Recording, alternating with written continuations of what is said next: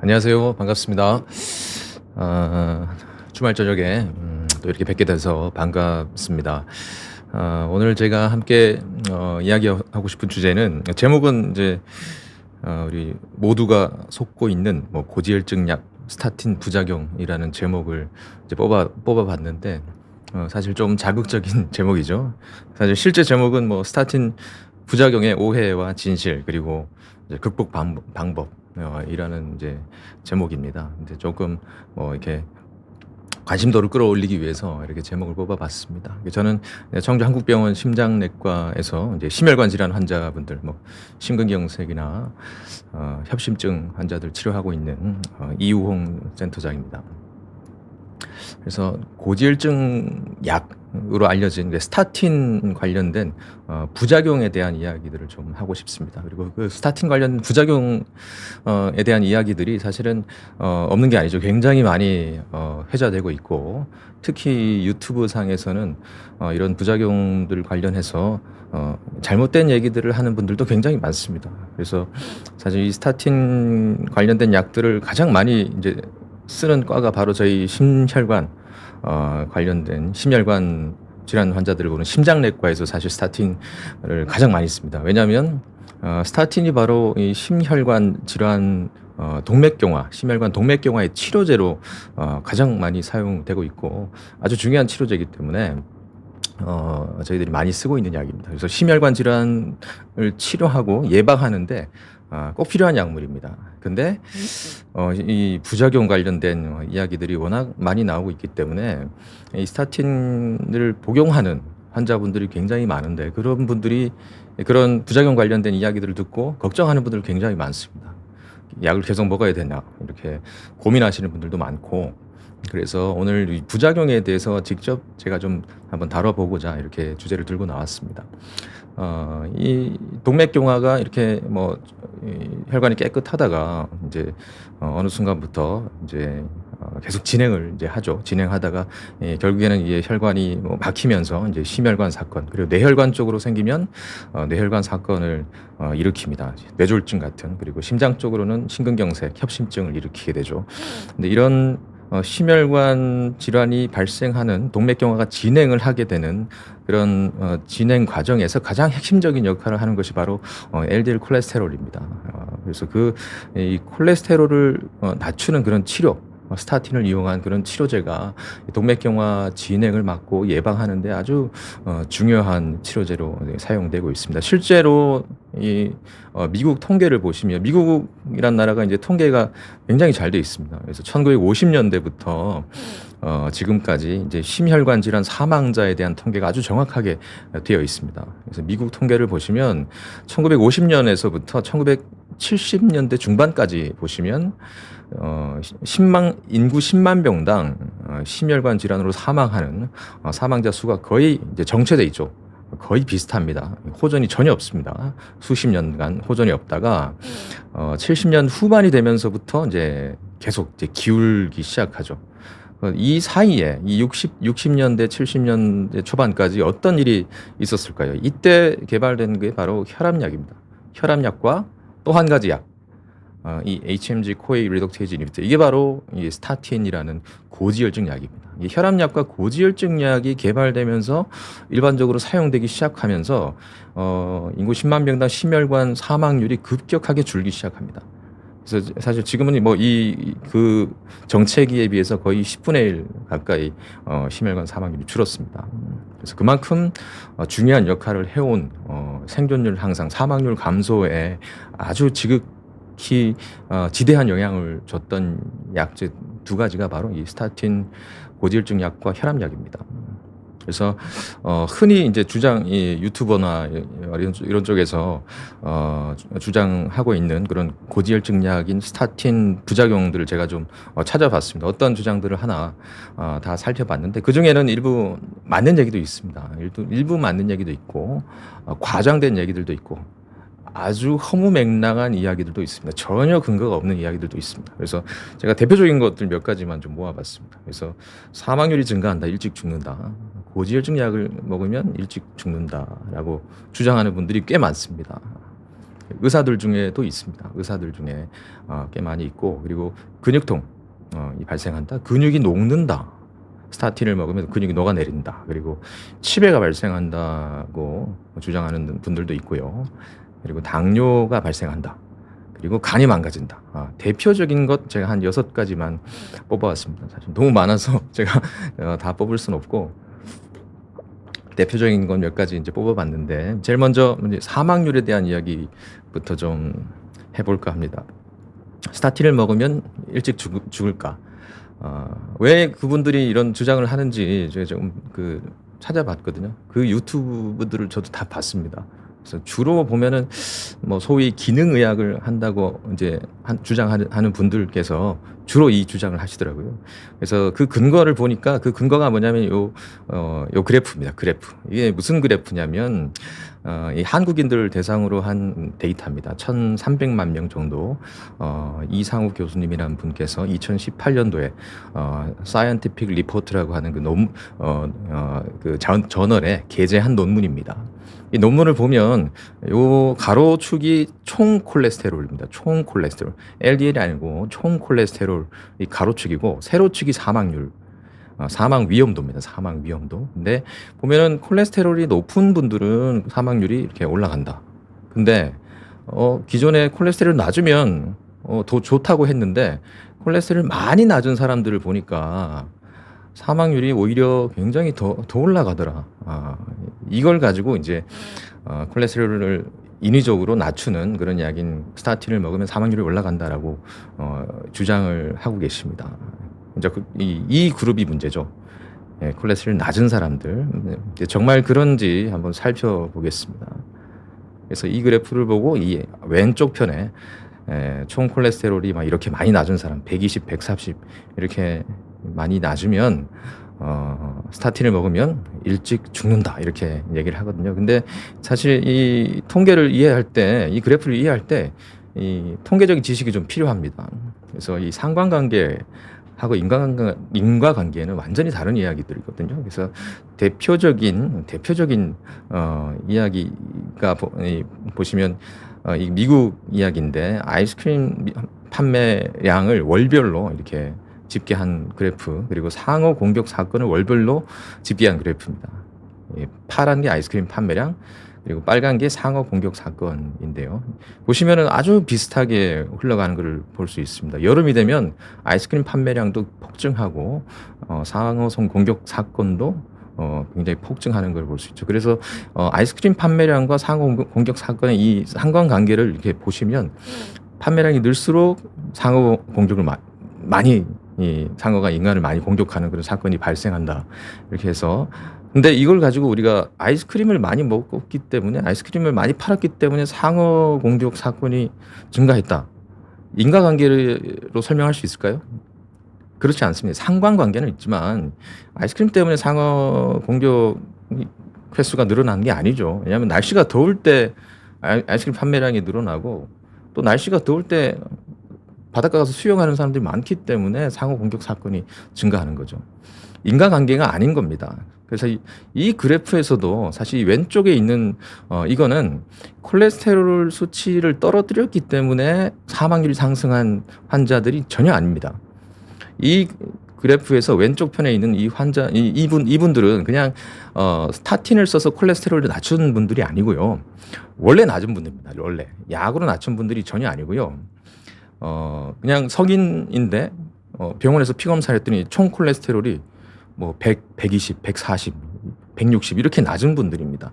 근데 그런 분들이 사실은 많지 않습니다. 아주 드물어요. 우리 일반적으로 건강한 성인분들이 병원 가서 총 콜레스테롤 검사하면 이렇게 낮게 나오는 분들 별로 없습니다. 근데 어떤 분들이 주로 이렇게 약을 쓰지도 않았는데 스타틴을 사용하지 않았는데도 이렇게 낮게 나오는 분들이 어떤 분인지 그게 중요합니다. 어떤 분일까? 보시면 이 건강을 악화시키는 아주 심각한 질병들이 있을 때 콜레스테롤이 낮게 나오는 분들이 있습니다. 콜레스테롤을 떨어뜨릴 수 있는 그런 질병들이 있어요. 왜냐하면 간경화가 대표적입니다. 간경화가 있거나 아니면 투석 치료하신 분들, 콩팥병이 아주 이제 심해서 투석 치료를 하시는 분들도 콜레스테롤이 아주 낮습니다. 갑상선 항진증, 그리고 암에 걸리면 콜레스테롤이 급격하게 떨어집니다. 그리고 혈액암, 그리고 영양실조가 아주 심각한 사람들도 콜레스테롤이 낮겠죠. 그리고 염증성 장질환이나 결핵, 이런 건강을 악화시킬 수 있는 아주 심각한 이런 질환이 있으면 콜레스테롤이 떨어집니다. 총 콜레스테롤이 감소합니다. 그래서 이런 분들만 따로 이렇게 모아놓으면 당연히 사망률이 일반 분들보다는 훨씬 올라가겠죠. 그래서 콜레스테롤이 낮기 때문에 사망률이 올라간 게 아니고요. 이런 질환이 있기 때문에 사망률이 올라가는 겁니다.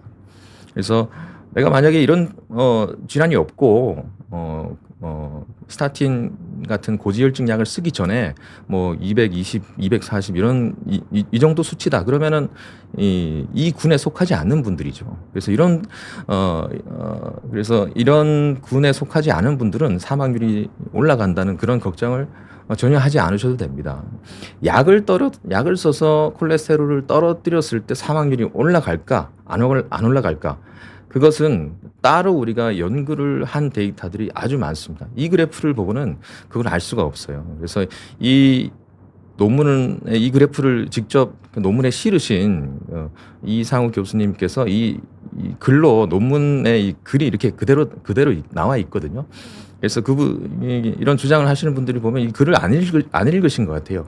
글에 뭐라고 나오냐면 이 연구에서 나온 이 콜레스테롤이 낮은 분들 같은 경우는 스타틴을 써서 낮춘 분들이 아니다. 스타틴을 써서 낮춘 분들이 별로 없다. 그래서 스타틴으로 인한 콜레스테롤이 떨어진 그런 사람들이 사망률이 올라간다는 것은 이 그래프는 전혀 알 수 없다. 이렇게 기록을 해놨거든요. 근데 이걸 보고 스타틴을 써서 콜레스테롤 낮추면 사망률이 올라간다. 이렇게 호도를 하고 있으신 겁니다. 완전히 잘못된 해석을 하고 있는 거고, 이 논문의 취지는 뭐냐면 콜레스테롤이 낮은 사람들, 스타틴을 쓰기 전에 원래 낮은 사람들은 어떤 질환이 숨어 있을 가능성이 높다. 밑에 언급했던 이런 암, 혈액암, 뭐 염증성 장질환, 간경화 이런 질환이 숨어 있을 가능성이 높기 때문에 이 질환들을 조기에 발견하자. 이런 취지로 이 논문을 낸 거거든요. 전혀 엉뚱하게 해석을 하고 있는 겁니다. 그래서 이 스타틴을 써서 콜레스테롤 낮추면 사망률이 증가한다, 일찍 죽는다. 이것은 완전한 거짓입니다. 통계에 대한 무지와 몰이해로 인한 이 연구 데이터를 완전히 자의적으로 해석하시는 거고요. 그래서 실제로 플라시보하고 미약을 주고 스타틴을 주고 이 양군을 따로 그룹으로 묶어서 이 분들을 추적 관찰을 해서 사망률이 어느 쪽이 더 올라가는지 낮아지는지 그걸 이제 비교하면 되거든요. 그 비교한 데이터들은 완전히 다르게 나옵니다. 근데 왜 이런 왜곡된 정보들을 퍼뜨릴까? 가만히 생각해보면 사실 좀 저도 이해가 가기는 합니다. 왜냐하면 이 의사분들께서 이런 정보들을 이제 올리시는데 처음에는 아마 몰랐을 가능성이 높습니다. 이 통계를 그렇게 잘못 이해했을 수도 있는데 지금은 이런 데이터 나온 지도 오래됐고 이게 잘못된 데이터 해석이라는 걸 알지 않을까 생각하는데 사실은 이런 주장들을 하면은 조회수가 일단 올라갑니다. 유튜브 생태계에선 조회수가 갑이죠. 조회수 높으면 그냥 갑입니다. 그리고 그것이 또 수익으로 직결되고요. 병원 운영에도 굉장한 도움이 되죠. 그리고 명예가 주어집니다. 왜냐하면 그런 글들의 댓글들을 보면은 참 의사라는 칭찬이 아주 자자하죠. 그리고 팬들이 형성됩니다. 오히려 사실 저같이 이런 좀 정상적인 이야기들을 하는 사람들이 오히려 유튜브에서는 욕을 먹습니다. 이런 얘기를 하려면은 용기를 내서 얘기를 해야 됩니다. 왜냐하면 이분들의 팬분들이 막 와서 악플 달고 댓글, 오늘도 보면 제가 이걸 하면은 악플들이 많이 아마 달릴 가능성이 높습니다. 그래서 굉장히 용기가 필요하고, 이런 분들은 사실은 이런 글들을 올릴 때마다 아주 칭찬이 자자합니다. 그래서 이런 것들 때문에 이런 왜곡된 정보들을 계속 퍼뜨리게 되는데, 이해는 하지만 사실은 굉장히 잘못된 행동입니다. 그래서 스타틴을 치료했을 때 LDL 콜레스테롤 떨어지는데 이 LDL 콜레스테롤 약으로 치료해서 떨어뜨렸을 때 사망률이 정말 올라가는가? 우리가 굉장히 많은 데이터들이 있습니다. 그래서 이제 RCT라고 해서 이제 무작위 대조군 연구라고 하는데, 이 RCT가 뭐냐면 위약과 스타틴을 투여한 양 그룹을 직접 몇 년 동안 이렇게 추적 관찰해서 어느 쪽이 더 오래 사냐, 정말 스타틴을 써서 떨어뜨린 그룹이 사망률이 올라가나 직접 확인한 겁니다. 그래서 이 RCT들을 26개를 모아서 분석을 했습니다. 그래서 거의 한 17만 명, 18만 명 정도 아주 대규모 데이터들을 모아서 우리가 계산을 직접 해봤습니다. 해보니까 LDL 콜레스테롤 39 정도 낮출 때마다 심혈관으로 인한 사망률이 20% 정도 줄어든다. 사망률이 감소합니다. 사망률이 올라가지 않습니다. 그리고 모든 혈관 사망률, 그러니까 뇌졸중, 말초혈관, 대동맥 질환, 그리고 심혈관 질환, 이런 통틀어서 그런 혈관 질환 관련된 사망률은 14% 줄인다고 되어 있습니다. 한 39 정도 감소시킬 때 이런 효과거든요. 그러면은 예를 들어서 LDL 콜레스테롤 180인 사람을 한 100으로 만들었다. 그럼 한 80 정도 줄이죠. 그러면 심혈관 사망률은 40% 정도 감소한다는 얘기입니다.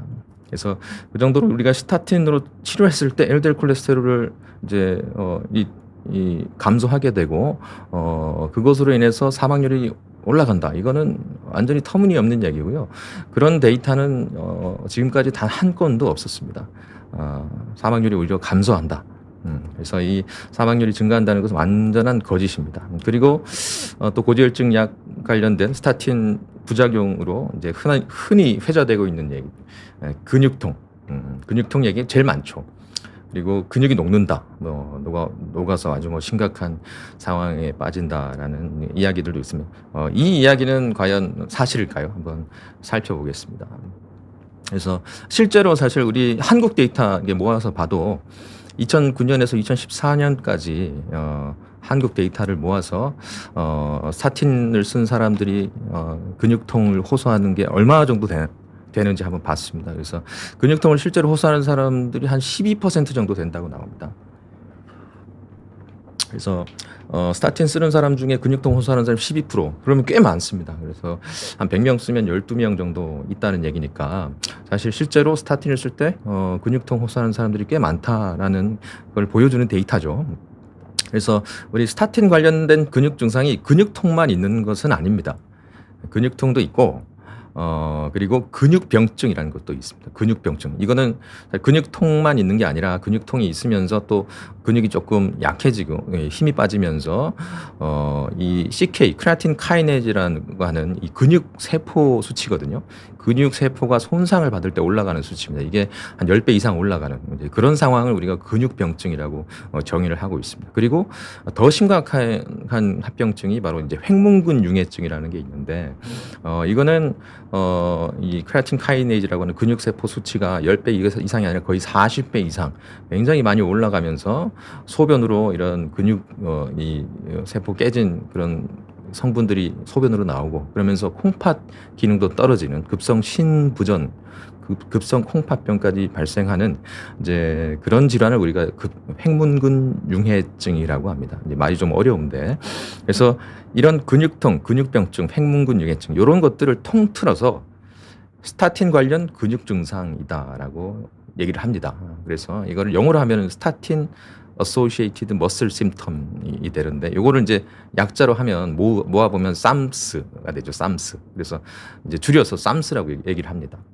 Statin Associated Muscle Symptom. 그래서 이 SAMS에 근육통도 있고 근육병증도 있고 횡문근 융해증도 있습니다.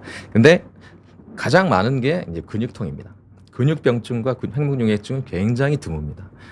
대부분이 근육통입니다.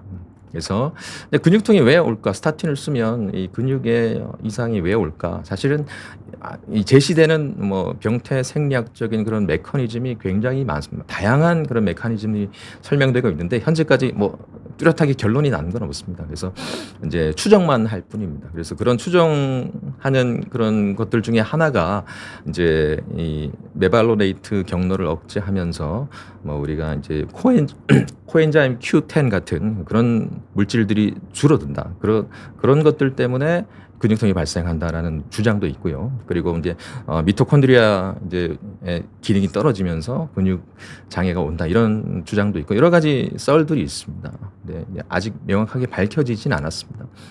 근데 좀 이제 재미있는 것들 보면 우리가 이제 연구를 할 때 스타틴을 투여한 환자분들을 데리고 이제 우리 연구를 해서 근육통 발생하는 발생률을 이렇게 비교를 해보면 이중 맹검으로 우리가 연구를 하는 경우도 있고 관찰 연구로 하는 경우 이 차이가 뭐냐면 이중 맹검 RCT라고 하는 거는 환자가 내가 플라시보 위약을 먹는지 스타틴을 먹는지 모르는 경우 모르게 하고 이제 환자에게 알려주지 않는 겁니다. 내가 먹는 게 스타틴일 수도 있고 위약일 수도 있습니다.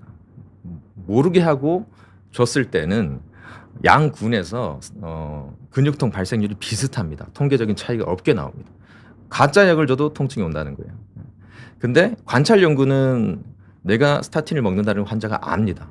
알고 스타틴을 투여한 군과 투여하지 않은 군을 비교를 했을 때는 차이가 납니다. 스타틴을 투여한 군이 더 통증이 있게 납니다. 이게 무슨 얘기일까요? 무슨 얘기일까요? 가짜 약을 줘도 통증이 발생할 수 있다라는 교훈을 이제 주는 거죠. 그걸 우리가 뭐라고 얘기를 하냐면 노세보 효과라고 얘기를 합니다. 노세보 효과.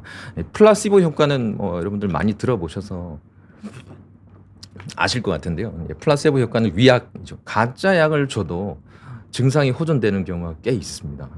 증상 뭐 어디 배가 아프다. 약이다라고 주면은 또 증상이 좋아지는 사람도 있거든. 옛날에 우리 이제 할머니가 뭐 이 약손이라고 배를 막 만져주면은 좋아지는 그런 이야기들도 있죠. 근데 반대인 경우죠. 이 약이 부작용이 있다라고 얘기를 하고 가짜 약을 주면 실제로 그 부작용과 같은 증상이 생긴다는 거죠. 그래서 그거를 이제 플라세보하고 반대라고 해서 노세보 효과라고 합니다. 이 노세보 효과가 있다는 거죠. 그거를 입증한 연구가 바로 이제 삼손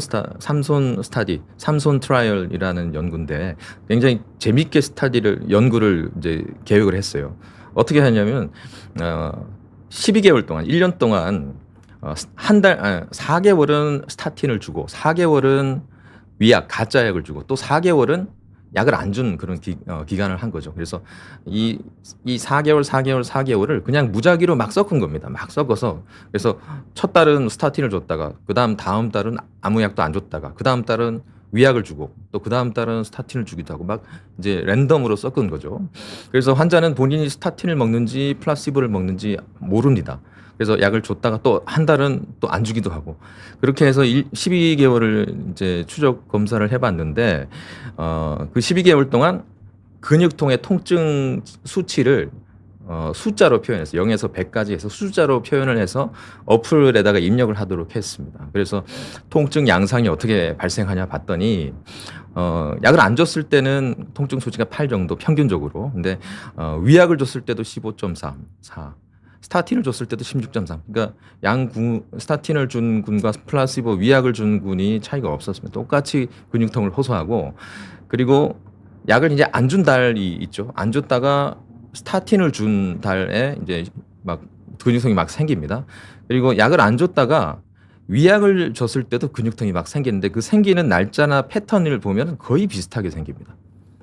날짜 보면은 이제 약을 주기 시작했을 때 일주일, 7일, 14일, 20일을 지나가면서 이렇게 서서히 증상이 생기거든요. 통증이 발생하는 패턴도 굉장히 비슷하고 약을 줬다가 약을 이제 다음 달은 약을 이제 중단하는 달인 경우에는 약을 끊죠. 끊으면 증상이 좋아지겠죠. 근데 증상이 없어지는 것도 패턴도 스타틴을 줬을 때 하고 위약을 줬다가 약을 안 줬을 때도 증상이 없어지는 패턴도 굉장히 비슷합니다. 그러니까 이 노세보 효과가 확실하게 있다는 겁니다. 그래서 우리가 스타틴을 먹는 환자의 굉장히 많은 퍼센테이지 환자 중에 근육통을 호소하시는 분들이 12% 정도 있다고 얘기를 하지만 그중에 거의 한 80-90% 정도는 노세보 효과라고 얘기를 하거든요. 그래서 정말 근육통이 발생하는 사람은 그중에 일부이다라는 것을 이제 주는 교훈입니다. 그리고 코엔자임 Q10 얘기하시는 분들이 많이 있죠. 우리가 스타틴 관련된 근육 증상을 호소하는 분들한테 코엔자임 Q10이라는 지금 영양제로 많이 알려져 있는데 이 약을 주면은 근육 증상이 좋아질 수도 있겠다라는 그런 의견이 있었습니다. 그래서 왜냐하면은 기존적으로 보면 스타틴이 이 HMG 코에이 리덕테이지라고 한 환원 요소라고 하는 요거를 억제하면서 콜레스테롤 합성을 저해하는데 요걸 억제하게 되면 코엔자임 Q10의 생성도 함께 감소를 하게 되거든요. 그래서 이 코Q10이 고갈되면서 미토콘드리아의 뭐 에너지 생성 능력이 떨어지면서 근육병증이 생길 수 있다라는 썰이 있습니다. 그래서 코Q10을 주면 근육 증상이 호전되지 않을까라는 그런 이론적인 배경을 가지고 실험을 해봤습니다. 실제로 줘봤어요. 그래서 초창기에는 이런 RCT를 우리가 이제 소규모로 하죠. 왜냐하면 처음부터 대규모로 하면 그 비용도 많이 들고 하니까 가능성이 있을 때 우리가 이제 대규모로 하게 됩니다. 그래서 소규모로 해보니까 결과들이 조금 위약보다 근육통 감소가 조금 있는 것 같이 나온다. 기대감을 좀 높여줬죠. 그래서 이제 후속 연구들이 막 이루어졌습니다. 대규모로 아주 이 RCT를 잘 계획해서 위약과 코Q10을 이제 줘서 비교를 해봤죠. 근육통이 생기는 사람들이 진짜 좋아지는지 봤는데 실패했습니다. 그래서 이런 대규모 RCT들을 했는데 실패했어요. 그래서 그리고 이런 여러 가지 RCT들을 다 모아가지고 메타 분석이라는 걸 합니다. 그래서 그러면 우리가 N수가 많아지 사람 대상군이 많아지기 때문에 그만큼 통계적인 파워도 더 갖게 되거든요. 그래서 메타 분석을 했는데도 코큐텐이 위약을 이기지 못했습니다. 이 근육 관련된 스타틴 관련된 근육 부작용을 호전시키는데 실패했습니다. 그래서 코큐텐은 입증되지는 못했는데 지금도 사실은 뭐 코큐텐을 선호하시는 분들이 꽤 있습니다. 그래서 이 스타틴 사용하시는 분들 중에 가장 흔한 부작용이 이제 근육통. 이 맞고요, 사실은. 그리고 한 12% 정도에서 근육통이 발생하지만 그 중에 노세보 효과를 고려한다면 실제로 근육통이 발생하는 사람은 1, 2%, 2, 3% 정도 수준이라고 볼 수 있습니다. 그리고 코큐텐은 스타틴 근육 부작용을 줄이는데 효과를 입증하는데 실패했습니다. 근데 저는 사실 환자분이 코큐텐 먹어도 되냐 그러면은 사실 뭐 말리지는 않습니다. 먹어서 만약에 뭐 증상이 좋아졌다. 내가 그러면 위약 효과로 좋아졌을 수도 있거든요. 근데 뭐 괜찮다 그러면 코큐텐이라는 약이 부작용이 별로 없는 약제이기 때문에 그냥 뭐 드시라고 얘기를 하기도 합니다. 근데 먼저 권하지는 않습니다. 왜냐하면 이제 근거는 없기 때문이죠. 그리고 근육병증의 발생률. 이 단순한 근육통이 아니라 근육이 손상됐을 때 올라가는 그런 크레아틴 카이네즈 같은 그런 수치가 올라가는 그런 근육병증의 발생률은 전체 스타틴 복용자의 0.01%밖에 안 됩니다. 만 명에 하면 굉장히 드뭅니다. 그리고 거기에 더 나아가서 이제 근육이 완전히 녹아내리는 그 횡문근 융해증의 발생률을 보면 0.001%도 안 됩니다. 굉장히 드물 10만 명당 한 명이 생길까 하면 사실 거의 겪게 되는 분이 거의 없다라고 이제 볼 수 있긴 있지만 너무 드물다. 그래서 우리가 이제 근육통은 생길 수 있다. 맞다. 하지만 상당 부분 노세보 효과로 인한 통증이 많고 실제로는 그렇게 많지는 않다. 그리고 근육이 녹는다? 이거는 사실은 거의 없다라고 해도 무방하지 않을까? 0.001% 정도니까 아주 거의 사실 보기 힘듭니다. 그리고 또 한 가지 주장을 보면 치매가 생긴다는 주장이 있어요. 치매. 그래서 옛날에 이제 그런 얘기가 있었습니다. 콜레스테롤 떨어지면 치매가 발생하지 않을까라는 우려를 하는 그런 목소리가 있어서 실제로 확인을 했습니다. 그래서 여러 가지 임상 연구들이 됐어요. 그래서 고령 환자들 대상으로 이 스타틴을 준 군과 위약을 준 군 그룹에서 이제 치매 발생률이 올라가는지 봤습니다. 근데 전혀 차이가 없었습니다. 그리고 그 이외에 다른 연구들도 동일하게 유의미한 인지 기능의 차이, 치매 발생의 차이가 없었고 오히려 여러 수십 개 이 RCT를 같이 모아서 대규모로 메타 분석을 해보니까 오히려 치매 발생을 낮추는 경향성이 보이는데 특히 혈관성 치매 왜냐하면 스타틴 자체가 혈관에 도움이 되기 때문에 뇌혈관성 치매는 오히려 감소시킨다. 그래서 치매가 발생한다는 말은 완전한 거짓입니다. 근거가 전혀 없습니다. 그리고 오히려 혈관성 치매를 줄여줍니다. 스타틴이. 그래서 이것은 거짓입니다. 당뇨 발생한다. 맞을까요? 당뇨. 맞습니다. 당뇨가 발생할 수 있습니다. 그래서 우리가 스타틴을 썼을 때 당뇨가 발생한다는 것을 처음 알게 된 연구가 바로 2008년도 주피터 트라이얼이라고 하는 이제 연구인데, 그때는 로슈바스타틴 20ml 아주 고용량의 스타틴을 쓴 연구가 있었거든요. 고용량을 썼기 때문에 통계적으로 의미 있게 당뇨 발생이 증가하는 걸 보여서 그러면은 스타틴의 당뇨 발생 우려가 있겠다라고 해서 후속 연구들이 계속 됐습니다. 그래서 메타 연구 분석을 한 2년 후에 2010년 정도에 해보니까 여러 개의 연구들을 다 모아서 주피터 트라이얼도 포함시켜서 확인해 보니까 당뇨 발생 위험도가 어느 정도 될까 보니까 비교 위험도 1.09 하면 9% 정도의 당뇨병 발생 위험이 올라간다. 4년 동안. 4년 동안 9%. 이건 이제 무슨 얘기냐면 4년 동안 100명 중에 9명이 생긴다는 게 아닙니다. 예. 왜냐하면 이제 스타틴을 안 쓴 사람들도 당뇨 발생 위험이 있기 때문에 위험도가 9% 올라간다. 이거를 계산을 해보면 1년에 1000명 중에 1명 정도에서 추가적으로 당뇨가 발생할 수 있다. 이 정도입니다. 그래서 당뇨 발생률로 따져보면 그렇게 많지는 않고, 그리고 어떤 분들이 주로 당뇨 발생하느냐, 이거를 세부적으로 연구를 좀 해봤습니다. 그래서 보니까 왼쪽 그래프는 저강도 혹은 중강도 스타틴 사용자와 플라시보 비교한 거고, 오른쪽은 고강도 스타틴, 아주 센 스타틴 사용자와 플라시보를 비교한 겁니다. 그리고 1, 2, 3, 4 이렇게 돼 있는데 1, 2, 3, 4 이거는 당뇨가 발생하지 않은 사람들을 대상으로 해야 되니까 당뇨 발생을 이제 봐야 되니까요. 그 공복 혈당의 수치에 따라서 4그룹으로 나눈 겁니다. 공복 혈당이 제일 낮은 그룹, 그리고 좀 더 높은 그룹, 그다음에 이 4번 그룹이 어떤 그룹이 당뇨 전 단계 그룹. 그래서 발생률을 보니까 스타틴을 썼을 때 요 파란 게 이제 플라시보고요. 위에 빨간 게 추가적으로 스타틴을 썼기 때문에 추가적으로 발생한 당뇨입니다. 그러니까 이 당뇨 전 단계인 사람들 이 그룹에서 당뇨 발생이 플라시보에서도 높았고, 스타틴을 줬을 때 약간 더 발생하는 걸로 돼 있죠. 그래서 당뇨 전 단계인 그룹에서 당뇨 발생 위험이 높다. 그리고 고강도 스타틴을 줬을 때 더 추가적인 당뇨 발생이 더 높죠. 그래서 이걸 보면 이 당뇨가 발생하는 게 뭐 1년에 1000명당 1명 발생하지만 대부분이 당뇨 전 단계였던 사람들, 그리고 고강도 스타틴을 썼을 때 당뇨가 발생할 위험도가 높다. 이 사실을 우리가 알 수가 있습니다. 그래서 그렇다 하더라도 사실 이 당뇨 발생 위험보다 1년 동안 1000명당 1명에서 당뇨가 발생하지만 5명 정도가 심혈관 사건 발생을 줄이거든요. 그래서 이 리스크보다 베니핏, 그러니까 위험도보다 얻을 수 있는 이득이 훨씬 큽니다.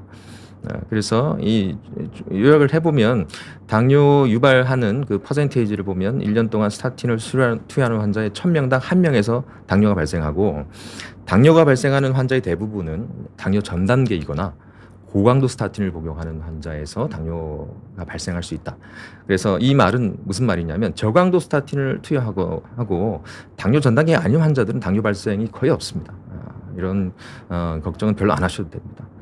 그리고 당뇨 발생의 위험도보다도 스타틴을 투여할 때 얻을 수 있는 심혈관 발생 위험 감소의 이득이 훨씬 크다라는 교훈을 얻을 수 있습니다. 그래서 당뇨 발생은 당뇨 전 단계나 고강도 스타틴 투여자에서 발생 가능하다. 그래서 일부 이제 참이죠. 간이 망가진다. 이런 얘기도 있죠. 그래서 사실 이 스타틴은 간에서 대사되고 이제 대사가 되기 때문에 간에서 대사가 되는 모든 약제들은 간독성을 가질 수가 있습니다. 그런데 많지는 않습니다. 그래서 이 간 수치의 대표적인 수치인데 AST, ALT라고 하는 이런 간 수치가 경미하게 오르는 경우는 흔합니다. 비교적 2에서 4% 정도. 근데 대부분 무증상이고 자연적으로 회복이 됩니다.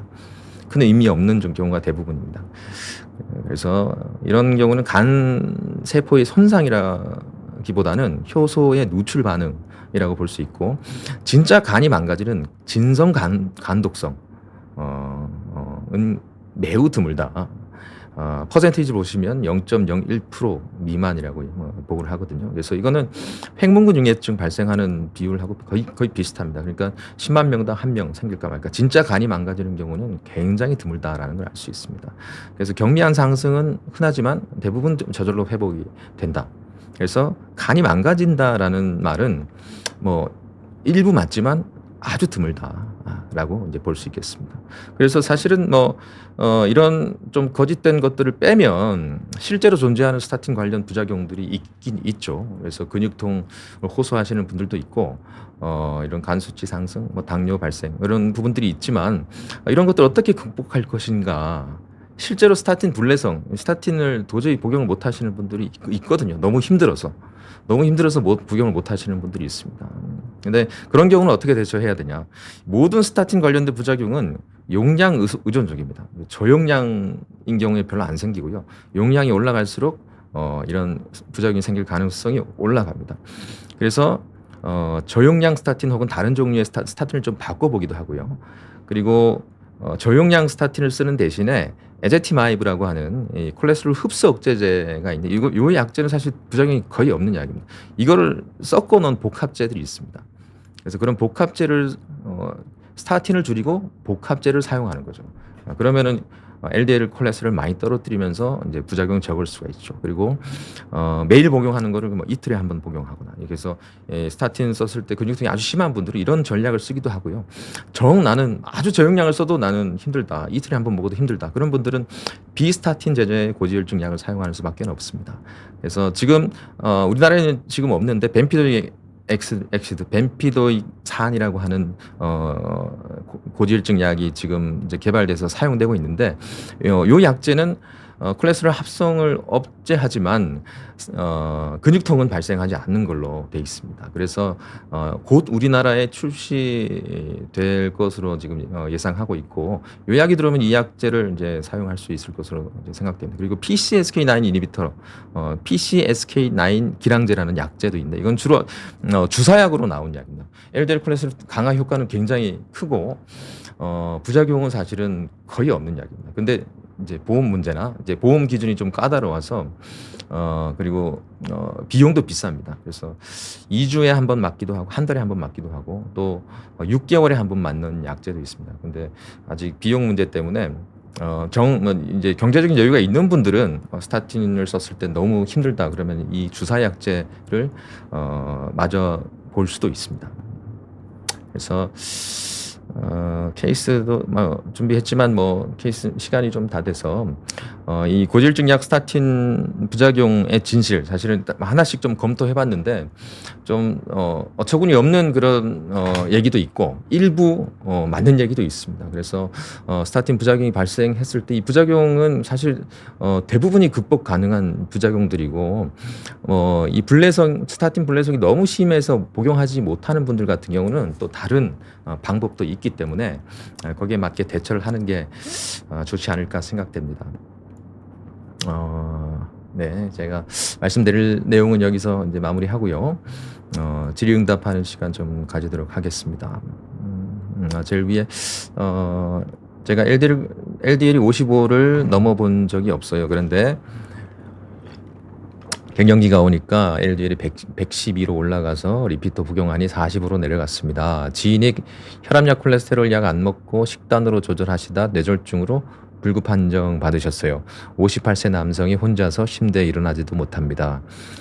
너무 안타까워요. 저는 약 잘 복용하겠다고 이제 말씀해 주시는데, 사실 이 스타틴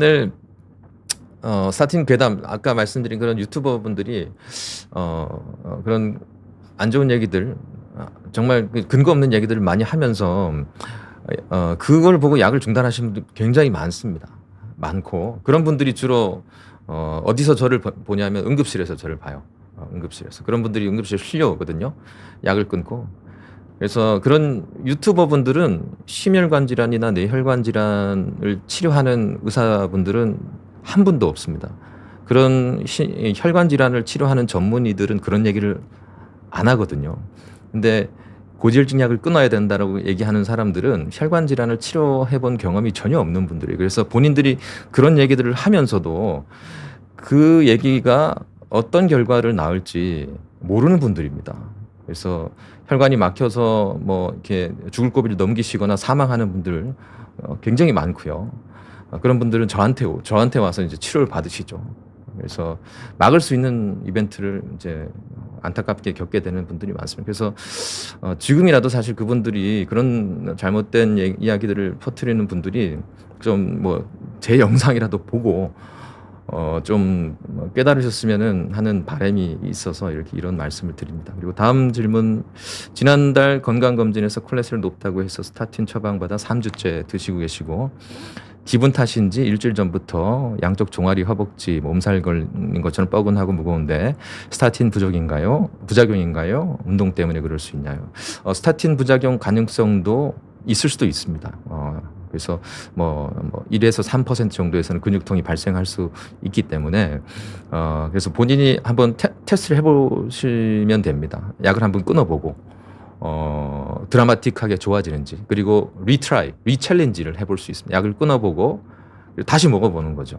다시 먹어보면 똑같은 증상이 또 아주 심하게 발생한다. 그러면은 스타틴 관련된 근육통일 가능성이 있습니다. 그러면 주치의분 의사 선생님하고 상의를 하셔서 스타틴 용량을 좀 줄이거나 아니면 아까 제가 말씀드렸던 그런 방법, 이틀에 한 번 먹거나, 그리고 아주 저용량의 스타틴을 사용하면서 에제티마이브라고 하는 그 흡수 억제제를 섞어놓은 약이 있습니다. 그런 약제로 변경해서 트라이 해볼 수 있습니다. 요즘 아포비가 중요하다는 이야기가 많던데 아포비 수치가 몇 가지가 정상인가요? 저는 LDL이 143, HDL 93, 중성지방 67, 라이포프로테인 A, 이거 아주 전문적인 수치도 나왔습니다. 78.8, 그리고 아포 A 212, 아포 B는 102. 전반적으로 다 높습니다. 사실 아포 B 수치가 중요하다 이 얘기는 맞습니다. LDL 콜레스테롤이 그동안 이제 우리가 중요한 지표로 많이 사용돼 왔는데 실제로 심혈관 질환 상태를 예후를 더 많이 반영해 주는 수치가 바로 아포비가 맞습니다. 아포비는 LDL 콜레스테롤만 동맥경화를 유발하는 게 아니거든요. 우리가 이제 뭐 렘넌트 콜레스테롤이라고 얘기하는 것들이 있는데 VLDL이라는 것도 있고 IDL이라는 것들도 있고 이 지단백의 파티클 덩어리들이 다른 종류도 많이 있습니다. 근데 LDL 말고 다른 종류들까지 같이 반영해 주는 수치가 바로 이 아포비라는 수치입니다. 그래서 이 아포비는 기준이 조금 달라요. 그리고 기저질환이나 LDL도 마찬가지죠. LDL도 우리 목표 수치가 환자분들마다 다 다릅니다. 기저질환이 뭐냐, 이 심혈관 질환이 있느냐 없느냐에 따라서 환자분들마다 다 다르거든요. 아포비도 마찬가지입니다. 아포비도 마찬가지라서 우리가 보통 일반적으로는 아포비를 한 90 정도 이렇게 정상으로 90 이하면 정상이다, 90 넘어가면 비정상이 얘기를 하지만 심혈관 질환이 있거나 이런 분들 같은 경우는 훨씬 더 낮게 유지합니다. 60 밑으로 유지를 하는 게 좋고, 환자분들마다 목표 수치는 다릅니다. 근데 아포비가 102이다. 그리고 LDL 콜레스테롤 143, 높은 거죠. 그리고 이 라이포프로테인 스몰 a가 50 이상이 되면 높은 거거든요. 그래서 그도 꽤 이제 높습니다. 그래서 이 기저 질환이 뭐가 있는지는 잘 모르겠지만 나이가 있고 뭐 2가지 이상의 그런 심혈관 위험 인자, 뭐 고혈압이나 당뇨나 뭐 이런 것들이 동반돼 있는 분이라고 하면 약물 치료를 고려하는 게 좋을 수도 있습니다.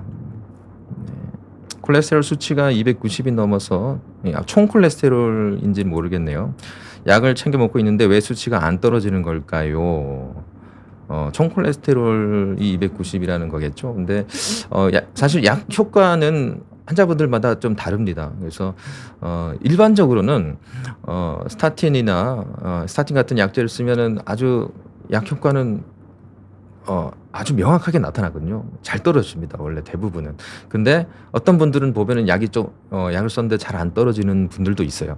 그래서 그런 분들 같은 경우는 약을 좀 스타틴 용량을 조금 증량을 하거나 에제티마이브, 아까 제가 잠깐 언급드렸던 콜레스테롤 흡수 억제제를 섞은 약제를 같이 써야 될 수도 있습니다. 그리고 총 콜레스테롤뿐만 아니라 아까 위에서 말씀해 주셨던 아포B나 라이포프로테인 스몰 A라는 그런 피 검사도 있거든요. 그런 것들을 같이 종합적으로 볼 필요도 있습니다. 그리고 와이프 나이가 34살인데 LDL 수치가 161이고 키 몸무게 정상 체중이고 가족력으로 친할아버지가 중풍으로 돌아가셨고 친아버지가 고혈압 약 복용 중이시다라고 하시고요.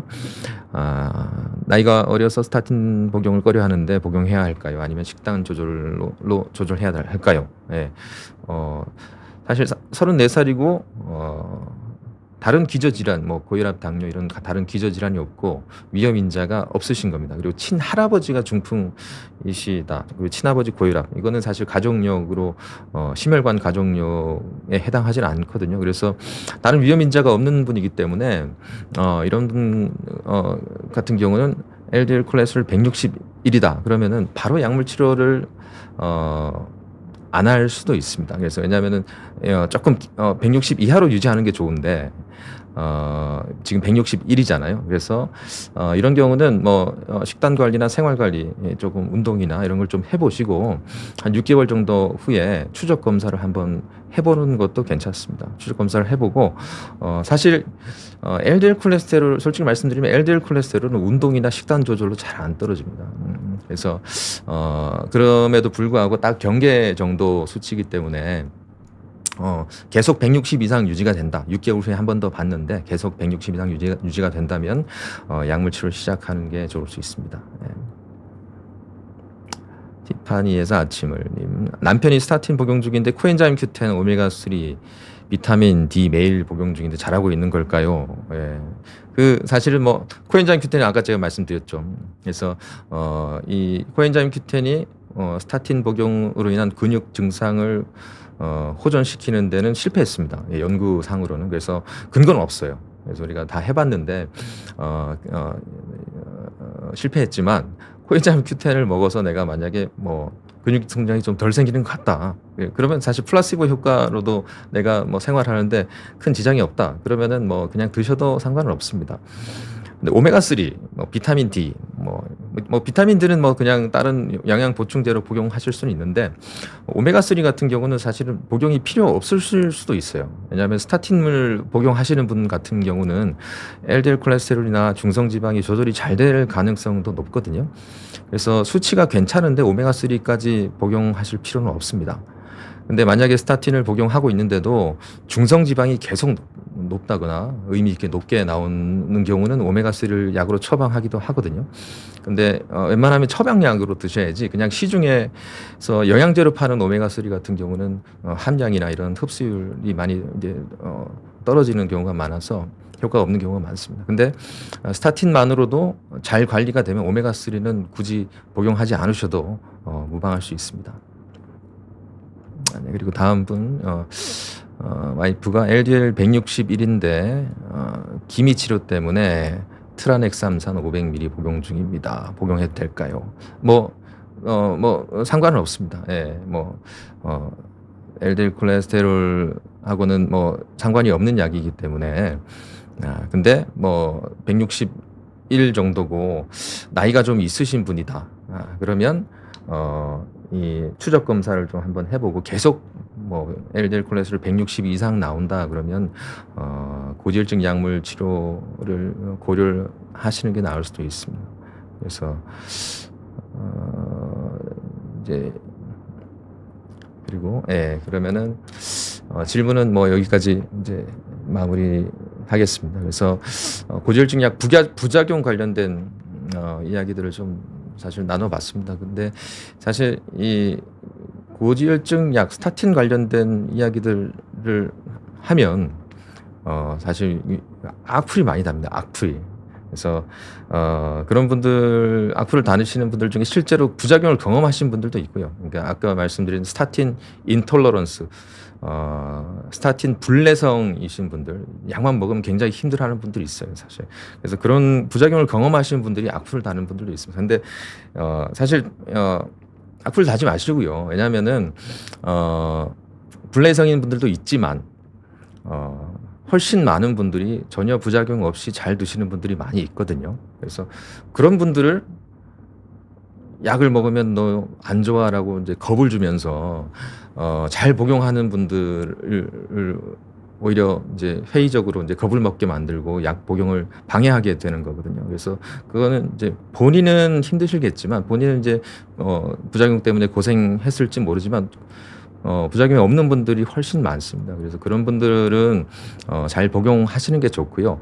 스타틴 불내성이 있어서 나는 좀 힘들다라고 하시는 분들은 다른 방법이 존재합니다. 그래서 이 스타틴 말고도 콜레스테롤을 떨어뜨릴 수 있는 그런 약제들이 지금도 많이 개발되고 있고요.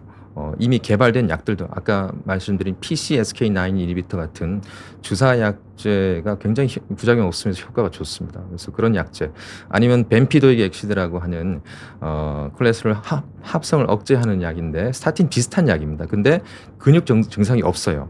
근육 증상이 거의 없습니다. 그런 약제도 지금 이제 곧 들어올 예정입니다. 그래서 그런 방법이 있기 때문에 뭐 너무 스타틴 불내성이 있다고 해서 너무 절망하실 필요는 없습니다. 그래서 악플 다실 필요는 없고 그냥 서로가 경험했던 그런 부작용들이 있지만 잘 극복하고 그리고 부작용 없이 잘 치료받는 분들 같은 경우는 또 약물치료 잘 하면서 더더욱 심혈관 질환을 극복해 나가는데 많은 도움을 얻을 수 있기 때문에 서로 상생하는 그런 분위기를 만들어 갔으면 좋겠습니다.